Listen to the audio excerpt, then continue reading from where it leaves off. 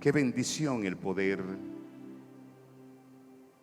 estar en la presencia de Dios, recibir su consejo, pero también nosotros poder darle la adoración que Él merece.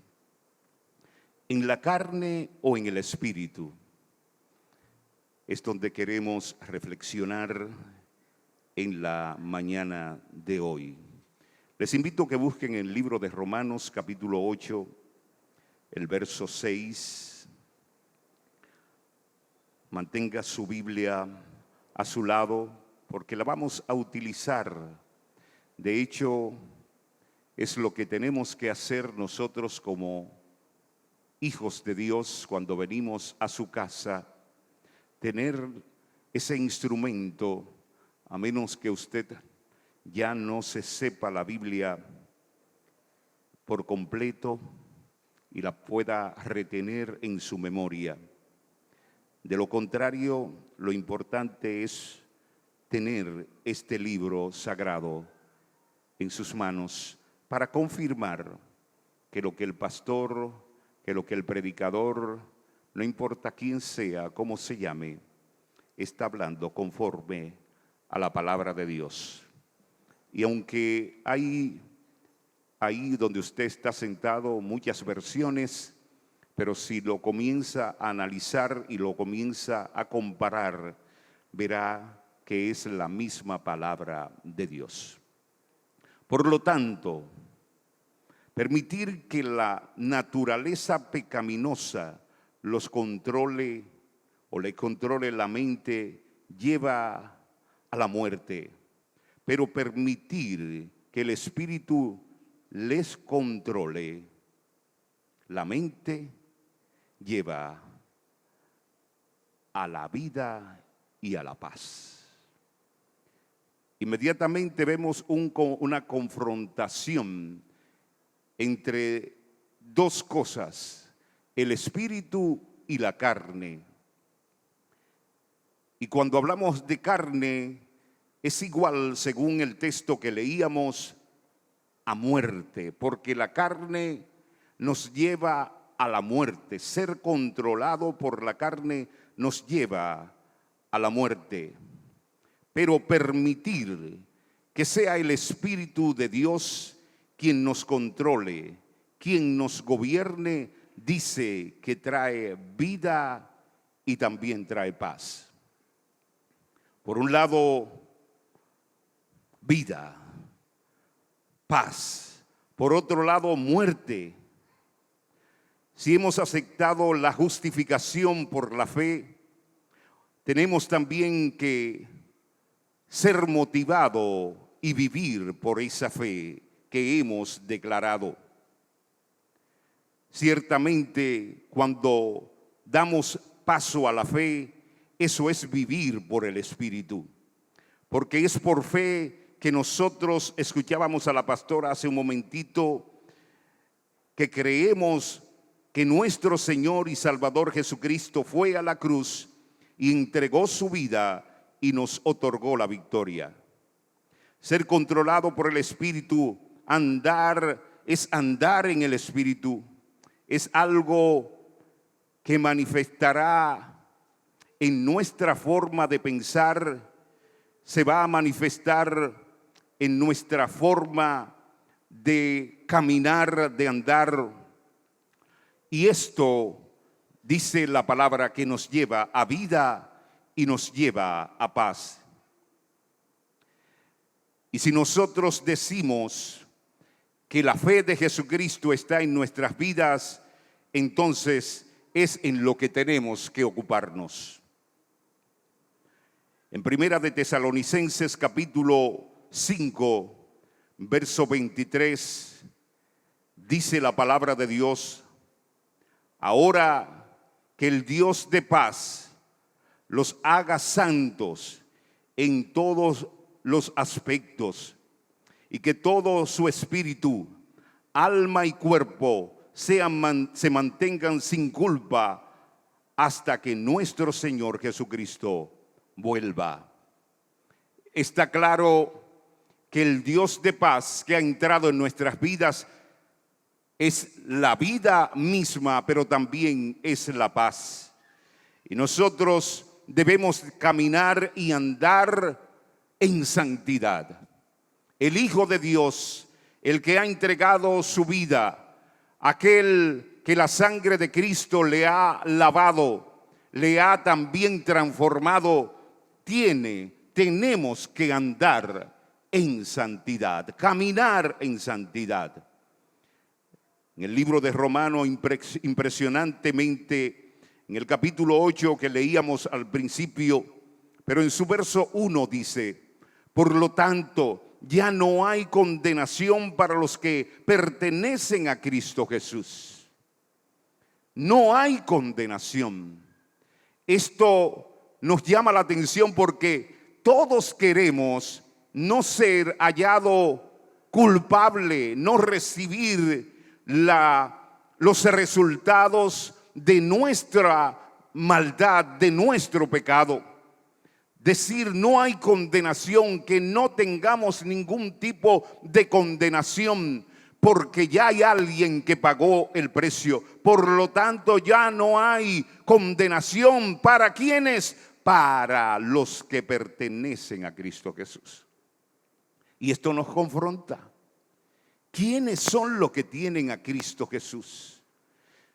Por el hecho de estar ocupando una silla en este lugar, por el hecho de estar conectado a este servicio, por el hecho de haber conmemorado hace un momentito la Santa Comunión, esto te hace hijo de Dios, esto te hace que tú tienes a Cristo Jesús. Debería ser. De hecho, muchos de nosotros nos ponemos contentos cuando decimos: ¿viste cuántos tomaron la Santa Cena? Ay, pero hay alguien que parece que se adelantó y dice que si nosotros tomamos indignamente esto, si lo tomamos ligeramente, juicio comemos y bebemos.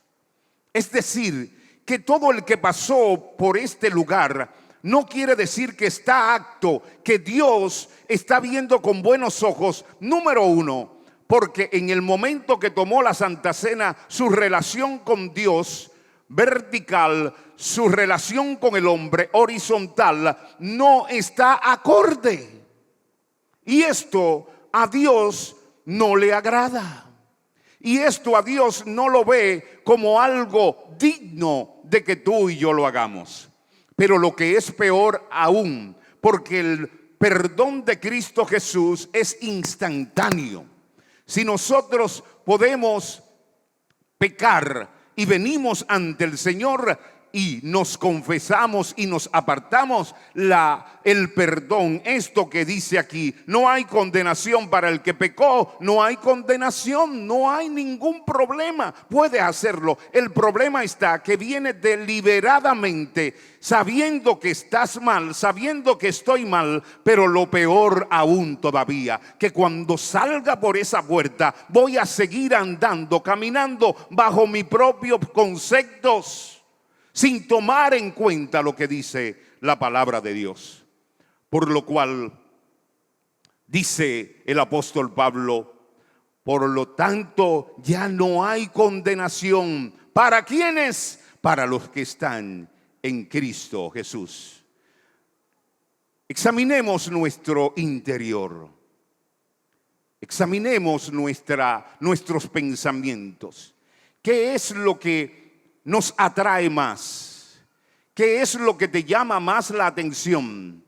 ¿Hacia dónde quiere llevarte tu diario vivir? ¿Hacia los pensamientos que van de continuo al mal? ¿Aquellas cosas que están siendo predominante por la carne, lo que la carne quiere?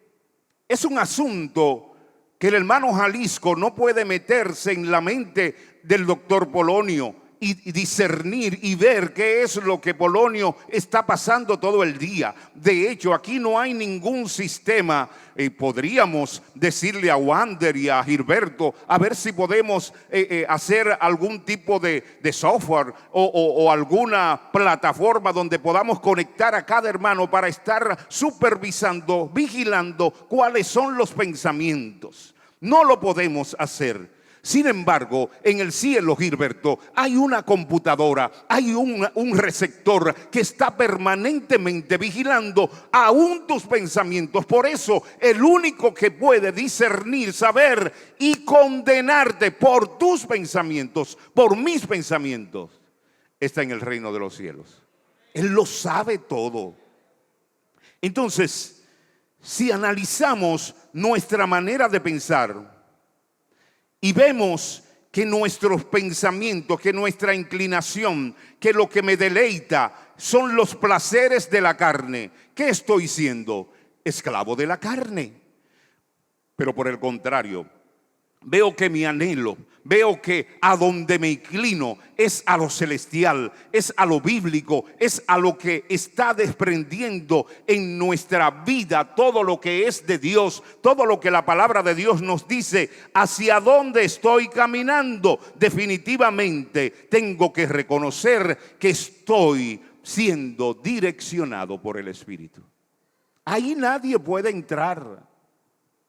Por eso esa canción, esa alabanza que dice, cuando nadie me ve. ¿Se ha puesto a pensar en esa alabanza? Cuando nadie me ve, cuando no hay postura, cuando no tengo que hacerle un allante a alguien, porque delante de Dios nos encontramos todos los días, una y otra vez, y sabemos si nuestros pensamientos, dice la canción o la alabanza que cantamos, no la alabanza, el Salmo 139 que lo leía María al principio, me has examinado, Jehová, y conoces mis pensamientos. Pues has examinado mi andar, me conoces de espalda, me conoces de lado, me conoces de frente. Él nos conoce.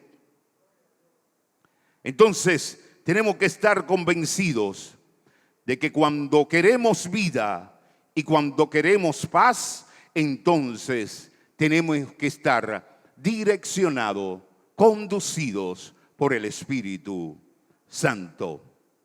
Eso es un ejercicio que nosotros podemos poner en manifestación en cada una de nuestras vidas. En el libro de Romanos capítulo 8, verso 9 dice, pero ustedes no están dominados por su naturaleza pecaminosa, son controlados por el Espíritu, si es el Espíritu de Dios que está en ustedes, que vive en ustedes. Recuerden que los que no tienen el Espíritu de Cristo en ellos, de ninguna manera pertenecen a Él. Si no tenemos el Espíritu de Dios, no pertenecemos. Pero si decimos que lo tenemos dentro, también tenemos que caminar, tenemos que pensar, nuestro deleite debe estar en lo del Espíritu. No hay de otra. En el libro de Juan, capítulo 14, los versos 23 al 26 dice, Jesús contestó, todos los que me aman harán lo que yo diga. Se lo voy a repetir, porque esto no se lo está inventando el pastor. Oiga lo que dice en el libro de Juan, capítulo 14, el verso 23 específicamente. Jesús contestó, hablando él mismo, todos los que me aman harán lo que yo diga. Entonces, ¿cómo te puede salir tú con la poca vergüenza de que yo voy a hacer lo que me da mi gana? ¿Amas o no amas a Dios? Dice, sigue diciendo el verso, mi Padre los amará. Hay condiciones. Mi Padre los amará y vendremos para vivir con cada uno de ellos. El verso 24 dice, el que no me ama no me obedece. Ay, Dios mío, entonces quiere decir que el que no obedece es porque no ama a Dios. No se lo está inventando, lo está diciendo el mismo Jesús. El que no me ama no me obedece. Y recuerden que mis palabras no son mías. Jesús está diciendo, las palabras que le estoy diciendo, Él está diciendo lo mismo que yo estoy diciendo. No está hablando el pastor, Jesús está diciendo, no está hablando Jesús. Mis palabras no son mías. Lo que les hablo provienen del Padre, quien me envió. Todavía estoy con ustedes. Sin embargo, cuando el Padre envíe el abogado defensor como mi representante, es decir, al Espíritu Santo, Él les enseñará todo y les recordará cada cosa que les he dicho. La santidad tiene que ser una característica del creyente. ¿Por qué? Porque es la característica de Dios y es lo que ha ocurrido en nuestras vidas. Recuerden los versículos que leíamos anteriormente y dice que Él va a venir. Si le amamos, si le reconocemos, Él va a venir y se va a alojar en nosotros. Y si Él está en nosotros y Él es santo, en nosotros entra la santidad. Y todo lo que va a pasar dentro de mi interior, todo lo que tiene que suceder, Carlos, es mediante a la santidad. Mi manera de hablar, mi manera de vestir, mi manera de conducirme, mi manera de enfrentar los problemas va a depender de cómo ciertamente yo tenga el Espíritu de Dios controlando en mi vida. El pueblo de Dios está llamado a la santidad. Lo que involucra esto es que tenemos que ser diferente al pueblo que no conoce a Dios. Si decimos que el Señor está en nosotros, si decimos que nosotros como creyentes hemos aprendido la verdad de Cristo, entonces tenemos que andar en esa santidad. En el Antiguo Testamento la santidad tenía unos extremos bastante fuertes. El pueblo de Israel en su descomposición permitió que quienes no debían estar conduciendo los asuntos de Dios, los sacerdotes permitieron que personas paganas, que personas sin Dios, sin temor de Dios, entraran a conducir lo que era de Dios. Y Él tuvo que sancionar y tuvo que darle ejemplo de santidad. Y nosotros lo vemos como el Señor ponía cosas extremas. Y decía, por ejemplo, el que trabajaba en asunto del altar no podía tocar cadáver, no podía estar cerca de cadáver. ¿Por qué? Porque contaminaba lo santo, porque contaminaba lo de Dios. Y se le ponía excepciones porque el Dios tuyo y mío es un Dios de orden. ¿Qué es lo que dice la palabra? Dice que de repente, si tú estabas consagrado para el asunto del altar, entonces tenía que eximirte de esto.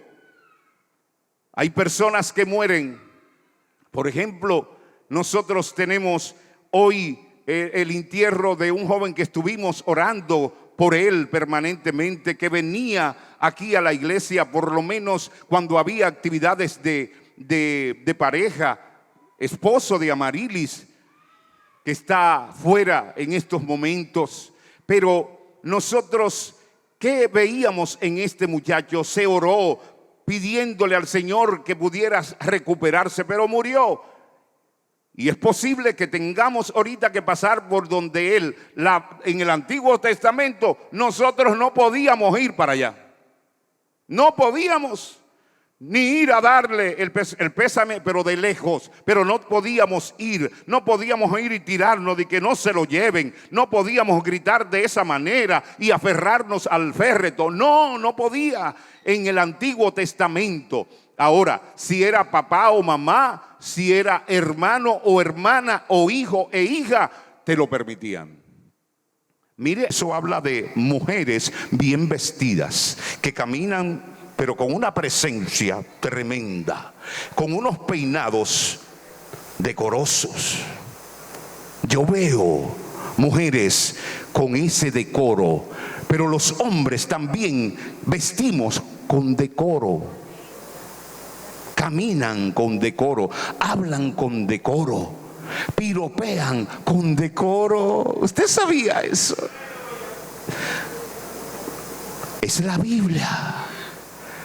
Pero cuando nosotros nos apartamos para ponernos, para hablar como lo que se está hablando en el momento y para vestirnos como se está vistiendo en el momento, entonces ya tenemos serios problemas.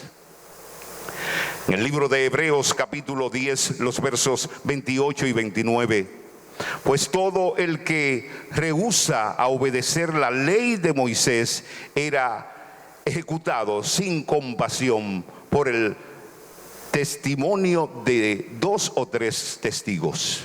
Piensen pues, dice el escritor a los hebreos, cuánto mayor será el castigo para los quienes han pisoteado al Hijo de Dios. Oiga cómo lo establece.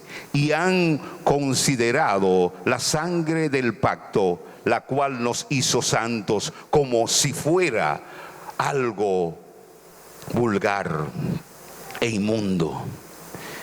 Termina diciendo, y han insultado y despreciado al Espíritu Santo que nos trae la misericordia de Dios.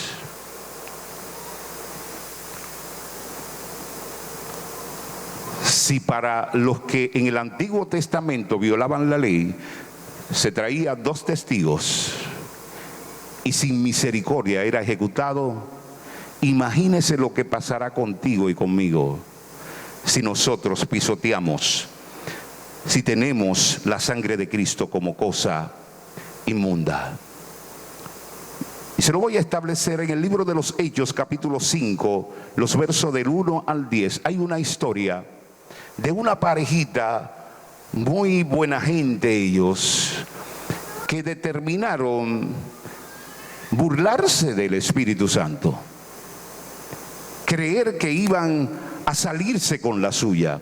Y ustedes saben, conocen la historia de Ananías y Zafira, y ustedes saben que ellos vendieron una propiedad, pero mintieron al Espíritu Santo, y lo que le costó sin misericordia. No fue Pedro que, porque ellos mintieron al Espíritu Santo, sacó la espada. Ustedes saben que Pedro era ligero con la espada, y él le dijo, ¿por qué mentiste al Espíritu Santo? Mueran. ¡Pah! Y le enterró la espada. No fue Pedro. Quien los mató, quien los eliminó a ambos con una diferencia de hora, fue el Espíritu Santo. Pastor, entonces el Espíritu Santo mata. Pero está claro ahí, el Espíritu Santo mata. ¿Cuántos quieren ser muertos por el Espíritu Santo? Ninguno, porque no, esa no es la función de Él. Pero no nos podemos burlar del Espíritu Santo, y tenemos que tener esto muy claro, hermano. Es importante que nosotros sepamos que no nos vamos a burlar del Espíritu Santo. Ellos insistieron en mentirle, porque pensaban que quien estaba ahí como representante, es cierto que era un hombre, pero él solamente estaba representando al Dios que tú y yo le servimos. Y muchas veces yo digo, bueno, le voy a mentir al pastor, le voy a mentir al líder, pero mintiéndome a mí, y yo no soy nada. Yo soy el pastor única y exclusivamente. Que algunos me dicen Perkin, y con razón, porque yo me llamo Perkin. Y no tiene que ser pastor. Pastor, yo me llamo Perkin. Cuando me dicen Perkin, yo respondo. Cuando me dicen pastor, yo digo. Y cuando me dicen Pedro, también. Hay otros que me dicen Julio, y también le contesto. Pero la posición que yo estoy ejerciendo en este momento es la que el Padre me ha dado. Y cuando tú mientes, no le está mintiendo al pastor, le está mintiendo al Espíritu Santo de Dios. Entonces, mucho cuidado con esto. En el libro de Juan capítulo 15, verso 19, si pertenecieran al mundo, el mundo los amaría como a uno de ellos, pero ustedes ya no forman parte del mundo. Yo los elegí para que salieran del mundo. Por eso el mundo, dice Juan, los odia. No pertenecemos, el mundo nos odia, nos desprecia. ¿Saben por qué? ¿Conocen por qué? Porque tenemos a Cristo. Porque ellos mismos no nos ven como común. Usted no llega, ahí ya viene el convertido, ahí viene el varón. No hablen delante del varón eso, no hablen del convertido, va a dañar el asunto. Ellos mismos nos reconocen como personas diferentes y entonces nosotros venimos a embarrarnos con ellos. Y por eso usted oye, escucha en universidades, en centros de labores, dice, ¿y tú no eres cristiano? ¿Sabe cuándo ellos reconocen que no eres cristiano? Cuando te sale una palabra que no es la del creyente. ¿Sabe cuándo ellos reconocen que tú y te dicen, y tú no eres convertido? Porque lo hemos facilitado de una manera chévere. No es que siempre van a decir, no es que siempre van a decir, no siempre están por decir. A veces nosotros le estamos dando razón para que digan, y tú eres cristiano. Pagando así, tú eres cristiano, mala paga y eres cristiano. Entonces no es que están inventando algo. Con esa ropa, y tú eres cristiano, revisemos. Tenemos que revisar. Porque ellos nos odian, porque tenemos a Cristo en nuestros corazones. Santiago capítulo 4, verso 4 dice, adúlteros, ¿no se dan cuenta de que la amistad con el mundo los convierte en enemigos de Dios?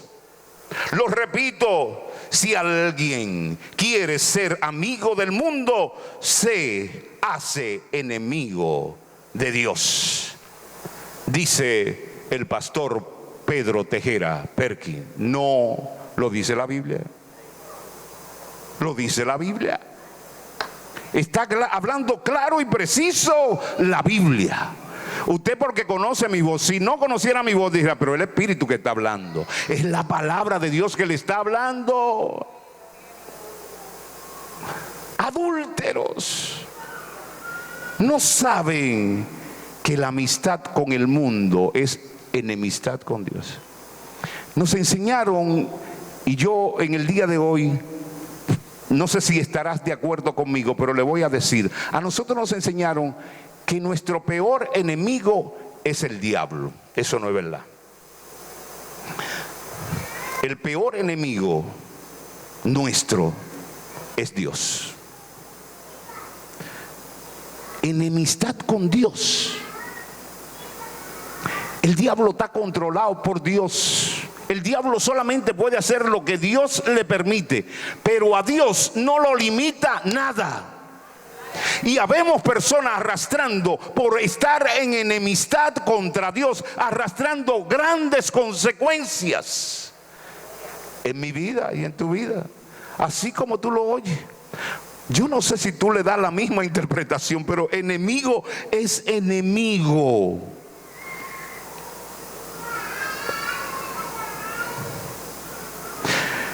Pero el apóstol Pedro en primera de Pedro capítulo 2, los versos del 9 al 11 dice, pero ustedes, para que no se asusten, ahora el pastor dice que mi problema es porque estoy enemigo de Dios. No, oye lo que dice dice Pedro, pero ustedes no son así porque son un pueblo elegido. Son sacerdotes del Rey, una nación santa, posesión exclusiva de Dios. Por eso pueden mostrar a otros la bondad de Dios, pues Él los ha llamado a salir de la oscuridad y entrar en la luz maravillosa. Verso 10, antes no tenían identidad de pueblo, ahora son pueblo de Dios. Antes no recibieron misericordia, ahora han recibido la misericordia de Dios. Verso 11, queridos amigos, ya que son extranjeros y residentes temporales, les advierto que se alejen de los deseos de este mundo que lucha contra el alma. Entonces tengo que volverle al capítulo 8, verso primero de Romanos que leíamos. Ninguna condenación, es decir, que no te sientas aludido si no eres enemigo de Dios, porque no estoy hablando contigo, estoy hablando para lo que se hacen enemigos de Dios. Se tiran en contra, el peor enemigo que alguien pueda buscar. Yo recuerdo que estando en una peluquería que yo me recortaba, el peluquero era siempre muy jocoso, y entonces la barbería estaba llena y había un moreno grande, y yo llegué y él me dice, pero siéntate, Perkin. Y yo le digo, está todo lleno. Y él me dice, para ese. Y cuando yo miré el moreno, digo, pero dime a otro. ¿Cómo yo me voy a tirar con el más fuerte, con el que se ve más robusto, con el que me puede mandar a la lona con una sola trompada? Hay quienes nos hemos dado a la tarea de parar de su lugar a Cristo Jesús, y es lo peor que podemos hacer. Nunca contienda contra Dios. Pablo lo intentó y fue derribado. No podemos jugar con Dios. No podemos hacernos enemigos de Dios. Juan capítulo 17, los versos 14 al 16 dice: le he dado tu palabra y el mundo los odia, porque ellos no pertenecen al mundo, así como yo tampoco pertenezco a este mundo. Oiga con quién nos está comparando. No te pido que los quites del mundo, sino que los protejas del maligno. Al igual que yo, ellos no pertenecen a este mundo. Jesús está diciendo, yo no pertenezco. Por eso Él no vivió comúnmente aquí en la tierra. Y nuestro ejemplo es Jesús.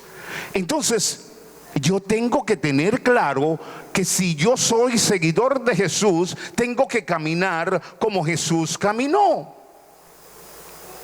Segunda de Corintios capítulo 6, verso 14. No se asocien íntimamente con los que son incrédulos. ¿Cómo puede la justicia asociarse con la maldad?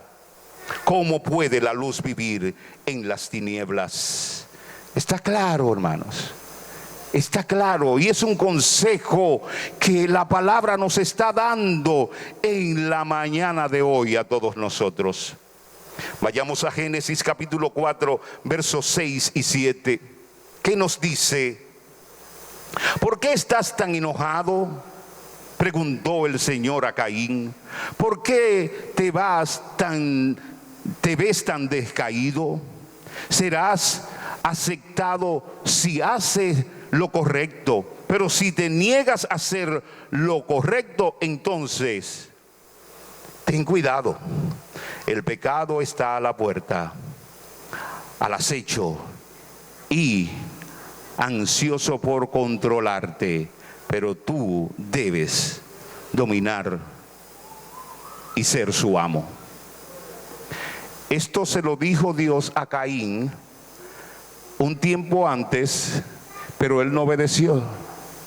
Aquí hay gente que va a salir con el consejo, se lo va a poner y va a comenzar a caminar en la calle con el consejo que la Biblia está diciendo. Pero hay otros que harán caso omiso. Y cuando habla de omiso, ¿usted sabe qué? El caso del gato. El miso, cuando el miso no hace caso.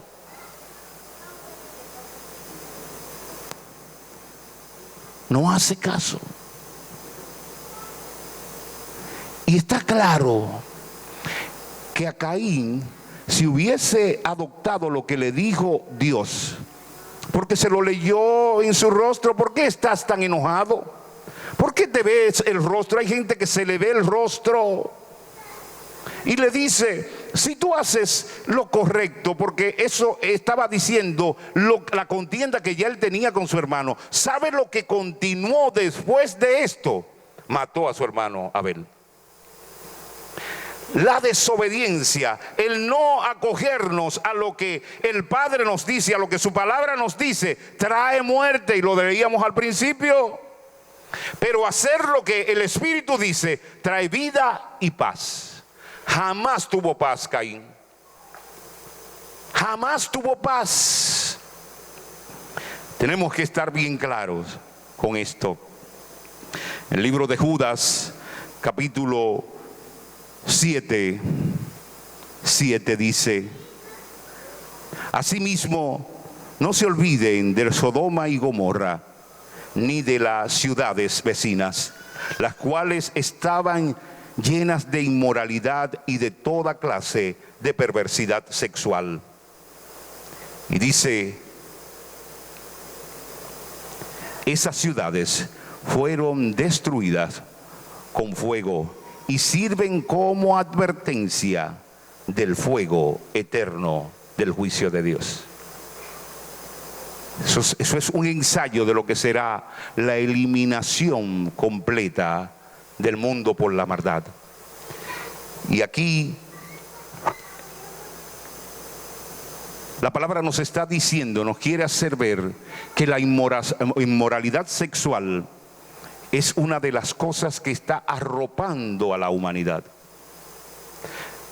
Se le ha dado rienda suelta a lo sexual, uno de los placeres que son menos controlables por el ser humano. Y en los últimos tiempos, si hay algo que está usando la sexualidad, es la pornografía. Y mire, estudios dicen, no en el mundo, que el 50% de los evangélicos, de los cristianos, de los convertidos, practican, tienen inclinación, son adictos a pornografía. Usted puede creerlo o no, pero ciertamente esto es peligroso, y por eso es que la iglesia de Jesucristo tiene que llevar a la gente a confesar sus pecados. Porque nos vemos aquí delante de ustedes predicando a Jesucristo, pero hay una adicción, y dicen los expertos que aún la adicción a la pornografía es más difícil que la adicción a la cocaína, a la marihuana y a algunas otras sustancias, porque se mete en nuestra mente. Es un combate que no nos permite ser libres. Pero bendito sea el nombre del Señor, que Cristo murió en la cruz del Calvario por todos los esclavos a la pornografía. Y si estás en Cristo, tengo que decir: estoy en ti, voy a buscar el auxilio, porque quiero agradarte y no cogerle más cuento. Hay una cantidad de hombres sobre todas las cosas que no solamente la pornografía en sí, sino que por estar en esas lides, en esas plataformas, entonces están siendo chantajeados. Tienen que dar grandes sumas de dinero para mantener su reputación, porque como se metieron con supuestas muchachitas, se dejaron arrastrar, entonces llegaron hasta prender cámara y hacer cosas, y entonces le dicen: mira, te tengo aquí, ¿cuánto hay para mí? Y se está hasta jugando con hombres que no están en esos menesteres, pero solamente el que sabe que está metido en esa malicia del diablo tiene que correr a Cristo, tiene que correr a buscar ayuda, porque te va a destruir. Nos va a destruir si no le ponemos atención. Es algo que nos controla, es algo que nos domina, y tenemos que venir donde Cristo. Finalmente, en 1 de Corintios capítulo 6 verso 12 nos dice: pero todos le conviene. Ustedes dicen: se me permite hacer cualquier cosa, pero no todo les conviene. Y aunque se me permite hacer cualquier cosa, no debo volverme esclavo de nada. Hay esclavitudes que nos tienen arrastrados, no solamente la pornografía, compras compulsivas, que tú reconoces que lo que te está llevando para tu casa no lo necesitas, te está haciendo gastar tu dinero. Esclavitud a los juegos de apuesta. Hermanos, personas brillantes que Dios le dio la bendición de tener mucho, pero los juegos lo ha llevado a la lona. Debe de buscar a Cristo, debe de buscar el auxilio. Hombres de negocio, pero cometieron el error de ligarse a otra persona que no tiene el temor de Dios y se asociaron. Y hoy ven su vida podrida. El Señor nos está llamando a definir por qué soy dominado, por la carne o por el Espíritu.